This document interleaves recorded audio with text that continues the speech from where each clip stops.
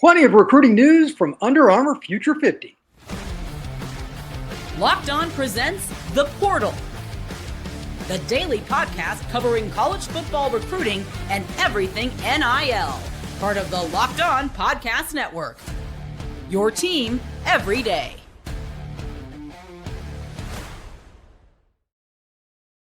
Welcome back to the Portal Podcast, where you get your daily recruiting, NIL, and transfer portal scoop.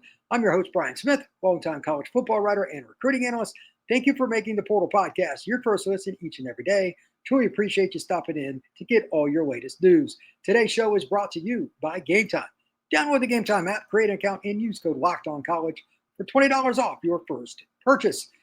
We're going to be talking a little bit about some of the players that have shown up and getting ready to gear up for Under Armour Future 50, the top underclassmen event in the high school football recruiting ranks.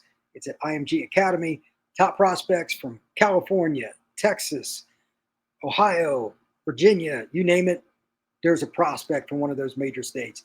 Georgia, Ohio State, Notre Dame, Florida, you name a school, they're all involved. Going to talk about a few schools that have surprised a little bit with how much they were mentioned and just overall what this is about, because this is the beginning point for the elite recruits, kind of the jump start with everything going on. And June 15th, by the way, was the first day that underclassmen recruits could receive phone calls directly from college coaches. So let's start off with Kennedy Brown out of Kingwood, Texas, just outside of Houston.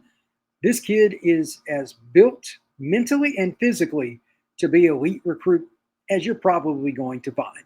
6'4", 285, again, Kingwood High School, just in the northeast of Houston. Offensive tackle, could probably play defensive tackle. He's such an athletic young man. Well-spoken, elite student, not a good student, elite student.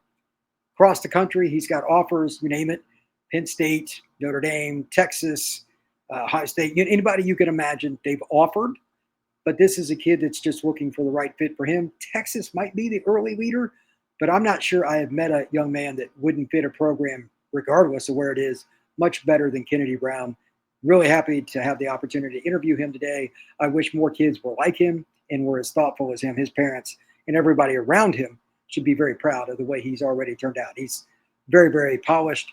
And to be honest, he acts more like a 25-year-old than a 16-year-old. It's really, really impressive. There's a long list of kids here. I'm just going to kind of hit through it.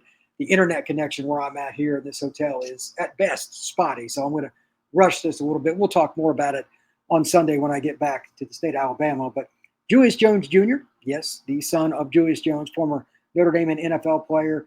He's at St. Thomas Aquinas in South Florida, Oregon, the Florida schools, Notre Dame, of course. Elite recruits get elite offers. He's got offers from across the country. He doesn't know where he's going, but he's got the long list, and he just kind of wants to slowly break it down. He's in no rush. I'm excited to see him perform tomorrow at Future 50. We got Mark Matthews, another St. Thomas Aquinas kid. Definitely a prospect that fits the profile much like Kennedy Brown. Offensive tackles that are 6'5 plus and 300 pounds and move like Mark Matthews, they're going to get offers.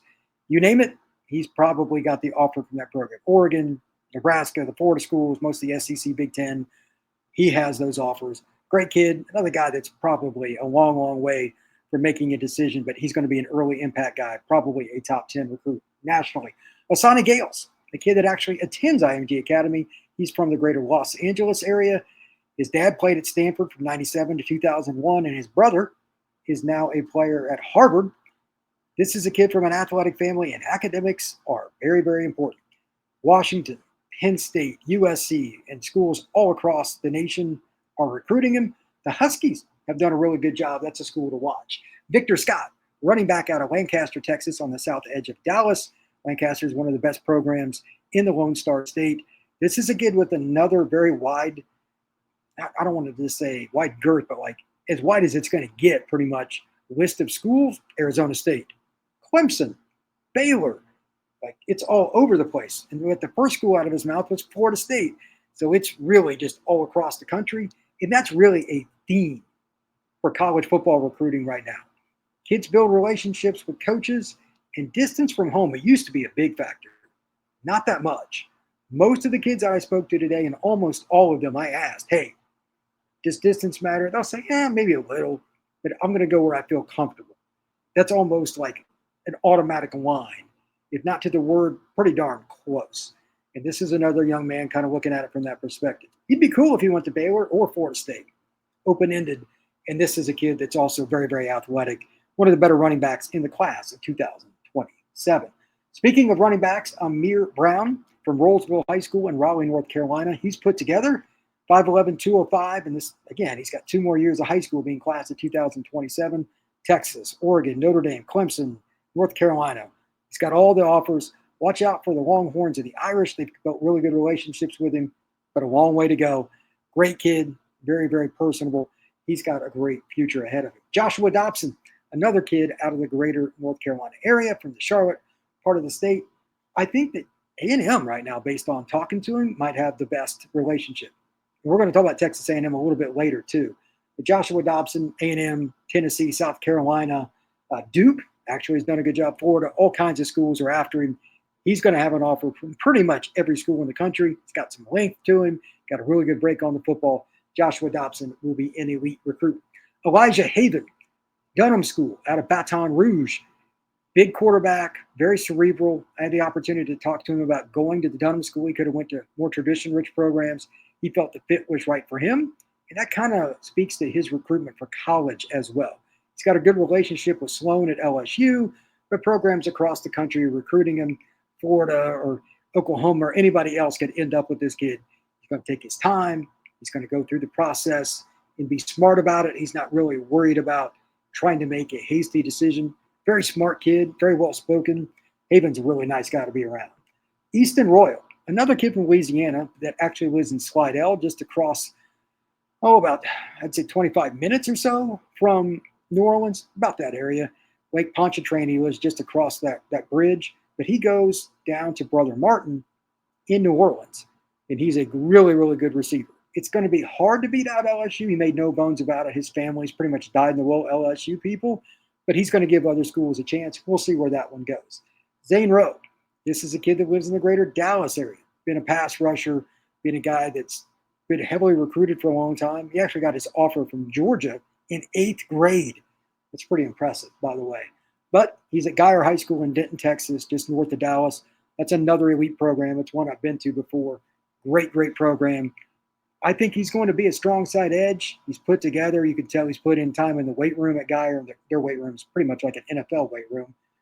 But the long list of schools shouldn't surprise anybody. Texas, Texas Tech, Oklahoma, and all these out-of-state schools too. Watch out for Oklahoma. I think they've got a great shot. But we'll see where Zane Rowe goes. Khalil Taylor. Penn State looks like the only school that he's really going to take a serious look at. From Seton LaSalle in Pittsburgh, he's committed to Penn State, Notre Dame, and a whole bunch of other schools trying to get him to at least take a look at them. But we'll see. But right now, I think he's pretty much locked in with Penn State, and he said he's probably going to shut it down. Great kid, very easygoing guy. Penn State got on him early. It looks like they got a stud in Khalil Taylor. Sincere Gayward, cornerback, another IMG player. This is a corner that comes from California. Like a lot of other guys, California kids end up at IMG a lot of the time. Well-spoken, easygoing guy. Watch out for Georgia. He said distance from home doesn't matter. Where he plays doesn't matter. But he has a really good relationship with the Dogs. Tennessee's another program. Florida. But overall, he's open to just whoever comes and recruits him. We'll see where he goes. But Gayward's got a massive offer list already. Chris Whitehead. This is a kid out of the state of Virginia that is about as long and athletic as it gets. Tennessee, Ohio State are probably the two most prominent programs with him. The D-line coaches at both schools have developed a relationship. Really good guy, but he's just open-minded about, hey, what fits me is where I'm going to go. I'm going to go where I'm comfortable. I can't imagine that he's going to have anybody back off. I know some of the other schools that you would expect, Virginia, Virginia Tech, Notre Dame, Penn State, all those schools are going to come after him too. The teams that usually recruit Virginia. But right now, the Vols and the Buckeyes are teams to watch. Zayden Gamble, St. Thomas Aquinas, another kid from that school. It's amazing. Great kid, very open-minded. Florida, Miami are two of the teams leading the pack, but he's open-minded to about just any school that comes along. When we come back, we're going to talk about some of the themes from some of these recruits, and I'll go over some more too. I have about 30 interviews today. But what makes it difficult to recruit the kids? What makes it easier? What are they looking for? That is next here on the Portal Podcast.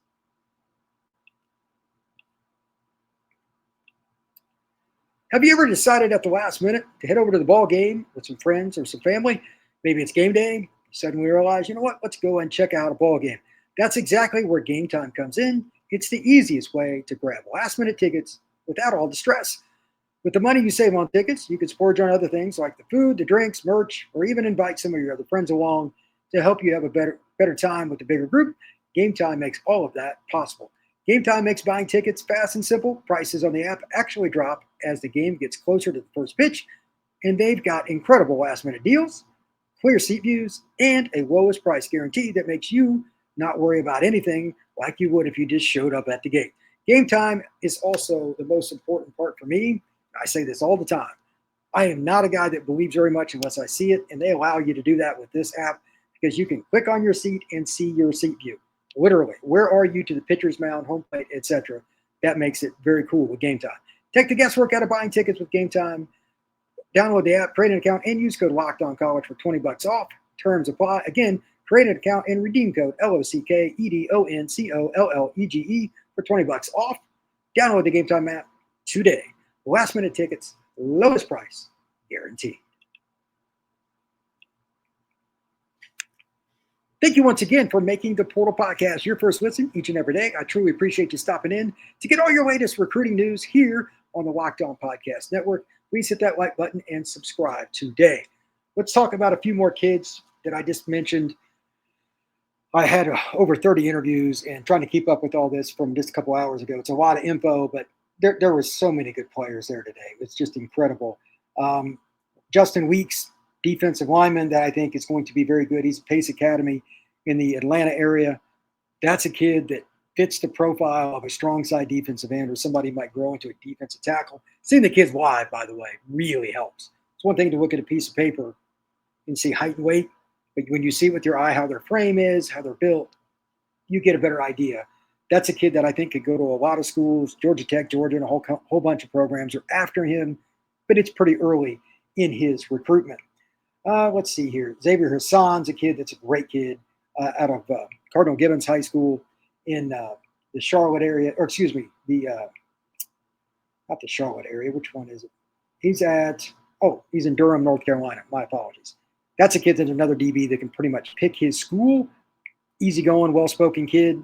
I don't think there's anybody that I would pick per se to say he's like going to that school, but it's just the common theme that keeps coming back up, and that's what I'm going to transition to here in a couple of seconds. How well most of these kids are at adjusting to media already is mind-blowing. The difference this year compared to, like, let's just say 5 years ago is from here to Mars. These young men are much more prepared for the media, and they're much more prepared for recruitments than they've ever been before by a landslide. Makes it easier on me, by the way. So it's a lot more funny. So let's talk about that for a second.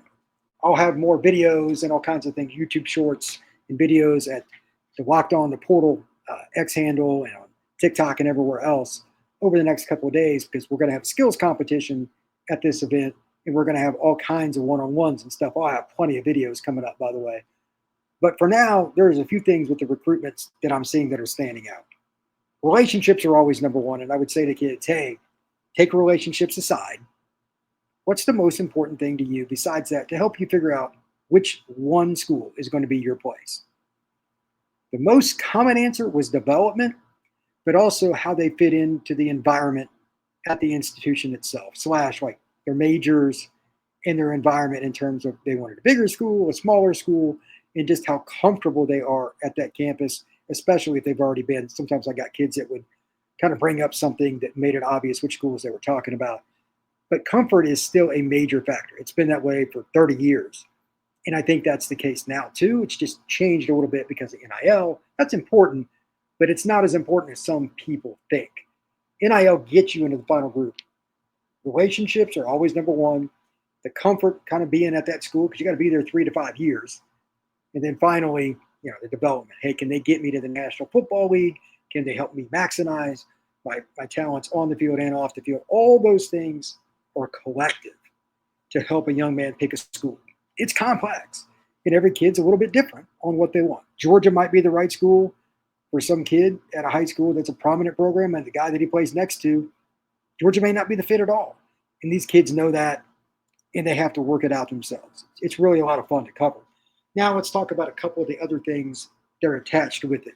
If you do not get in, especially with this level of recruiting, with prospects from the early part of their recruitment, it is really hard to make up ground. Really hard. So I want to mention 3 schools that beyond the obvious ones that you expect: Texas, Georgia, Bama, Ohio State, Notre Dame, the 3 Florida schools are used to be that way, but it's been a little different lately. I'm going to come back to that momentarily. Except for the obvious names, here are 3 schools that have risen up just in the last year that I'm seeing a difference with, partially in the class of 26, but even more so in 27: Texas A&M, Florida State, and Tennessee. You could argue any one of the 3 was, with the kids that I spoke with at least, the most prominent today, but all 3 of them just came up a lot. Like Texas A&M's coming into play with kids in Georgia and Florida, North Carolina. That's wild to me. When I was growing up, Texas A&M recruited about 5 states: Louisiana, Arkansas, Oklahoma, Texas, and they'd occasionally go out to California. That was about it. Now they recruit as national as anybody. Mike Elko is a much better recruiter than what I knew. I'm not sure what that stems from, but kids really like him, and the staff at A&M's done a good job. Florida State's rebounded with a new staff, coordinators, both of them. Patrick Surtain's a good recruiter, but now they've got another guy in the back end, Evan Cooper, really good coach, comes over from Nebraska. He's a South Florida guy. And they've just got a good staff overall. Tim Harris Jr., another South Florida guy, good recruiter. Gus Malzahn, etc. Florida State was all over the place today. Texas kids, Georgia, North Carolina. Florida State, I'm not saying it is shocking, but this many kids, especially outside of their normal Florida footprint, a little surprised. Absolutely. And then Tennessee, like Chris Whitehead, defensive lineman, one of the best players in the country in the class of 27, really athletic player. Tennessee, Coach Chop and some of those guys over there, they do a good job. But they were just involved, like the list of kids that they're in on. In this, like I just jotted down some notes today on some of this and, just did the interviews and just recorded. They're in on a lot of kids and they're building relationships. It's still the number one thing. Again, I can't say that enough. Relationships are number one, not NIL. NIL is not even number 2. Relationships. You won't get to the NIL to discuss that without elite, not good, elite relationship building. It's a lot of time. It's a lot of effort away from your family to get to that level.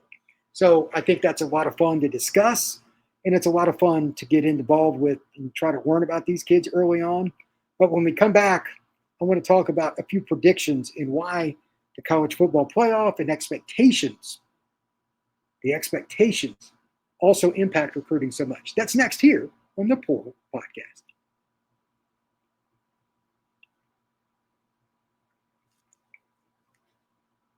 Recruiting expectations for big-time programs never really go away. But how do recruits look at it? Modern recruits, underclassmen recruits. It's a little bit different than what you might think. As I just noted, relationships are the top of the board. That's not going to change. Sometimes it's distance, sometimes it's comfort, sometimes it's the exposure to get to the NFL, development, however you want to say it. There are different things. But the new part in recruiting is something that's very tangible to them because they can see it with their own eyes. Some of them may even go to the games. Those are college football playoff games. I just want to touch on this. There were a few different kids that mentioned programs on the rise because they either made the playoff or they had a better season last year. Noteworthy. But there were also some kids, especially with regards to Florida State. I mean, they won 2 games last year that really just looked at it like, hey, I've just got a great relationship with Florida State. I'm cool with it. So there was a really wide girth. Every kid is different. I used to think it was more consistent, but I was wrong. Especially with some of these kids. Again, Florida State was mentioned a ton. A&M was wildly inconsistent last year. And even Tennessee, one of the other programs I mentioned a few minutes ago, they made the playoff, but then they got spanked by Ohio State. They all had similar levels of interest from recruits around the country. It's pretty wild to me. The playoff makes it interesting and like Did Ohio State and Notre Dame get as much or more love than some of those schools? Probably. But they were in the final game of the playoff. Okay, I'll grant you that. But these schools are right there, real close with them, and they're all over the map in terms of what they did. So looking at it overall, I still think relationships, number one, especially if you get involved early, like you get them to your camp, get them on your campus, maybe for an unofficial visit as a freshman or a sophomore. Even if you're not sure you're going to recruit them, you have to recruit every kid, especially at elite programs that you go to, St. Thomas Aquinas, Duncanville, St. John Bosco, Mount Carmel in Chicago, whatever it may be. You got to recruit every kid that comes to your campus from those places like they're the next Tom Brady. It just works out better if you do.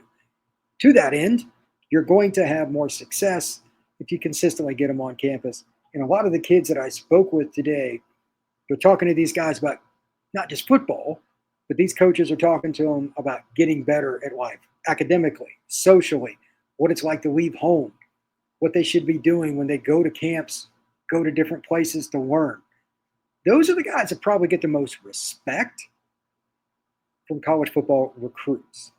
And those are also the guys that typically get brought up consistently just across the board for years. I'll give you an example.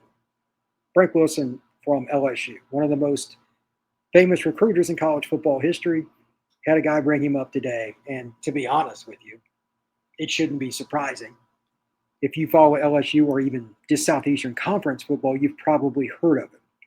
He's a guy that is one of the best at being a very down-to-earth guy to speak with. And one of the recruits even said to me, he's kind of like an uncle. And I'm like, holy cow. An underclassman already calling a coach like an uncle. Again, relationships, relationships, relationships. If you do not have those kinds of guys on your staff, you don't have to have Coach Wilson necessarily, but you've got to have somebody that's really, really good that sets the tone.